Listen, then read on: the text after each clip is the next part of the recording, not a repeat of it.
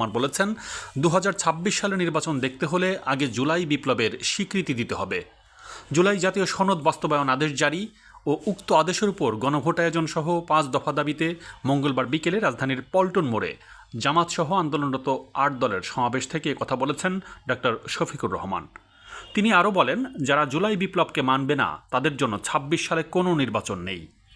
জামাতের আমির স্পষ্ট করে বলে দেন, আমাদের দাবি কম কিন্তু খুব সুস্পষ্ট। জুলাই বিপ্লবকে স্বীকৃতি দিতে হবে আর জুলাই সনদের আইনি ভিত্তি দিতেই হবে।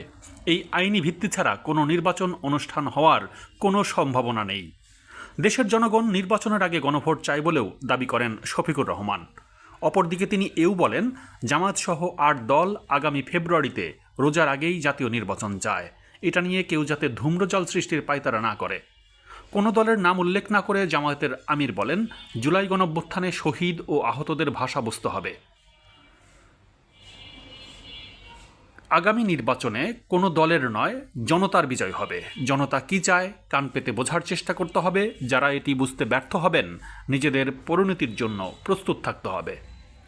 দ্রুততম সময়ের মধ্যে নতুন কর্মসূচির ঘোষণা আসবে বলেও জানিয়েছেন জামাতের আমির।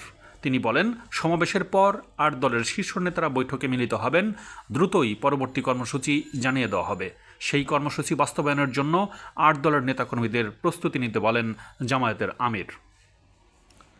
অন্যদিকে জামায়াতকে উদ্দেশ্য করে বিএনপির মহাসচিব মির্জা ফখরুল ইসলাম আলমগীর বলেছেন, ভোট হলে তাদের অর্থাৎ জামায়াতের কোনো অস্তিত্ব থাকবে না।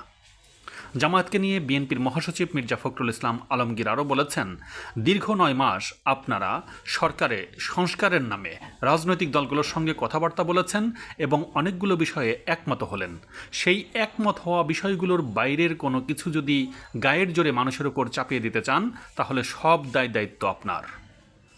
মঙ্গলবার দুপুরে ঠাকুরগাঁও সদর উপজেলার বড়গাঁও ইউনিয়ন বিএনপি আয়োজিত মতবিনিময় সভায় জামায়াতের সমালোচনা করে বিএনপির মহাসচিব আরও বলেন, তারা কিন্তু ইসলামের অপব্যাখ্যা দিচ্ছে।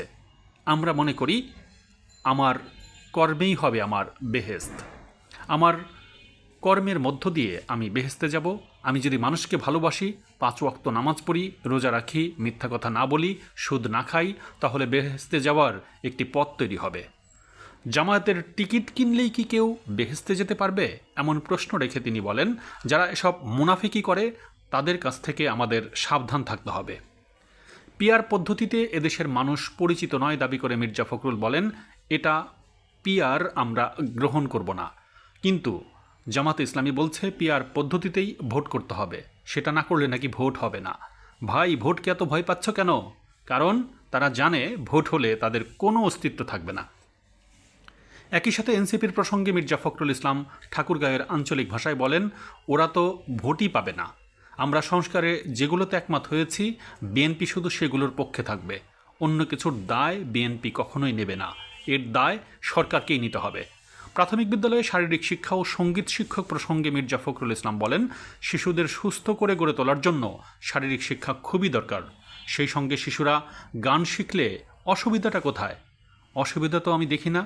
অসুবিধা নাই, বরং তারা ভালো কিছু শিখতে পারছে।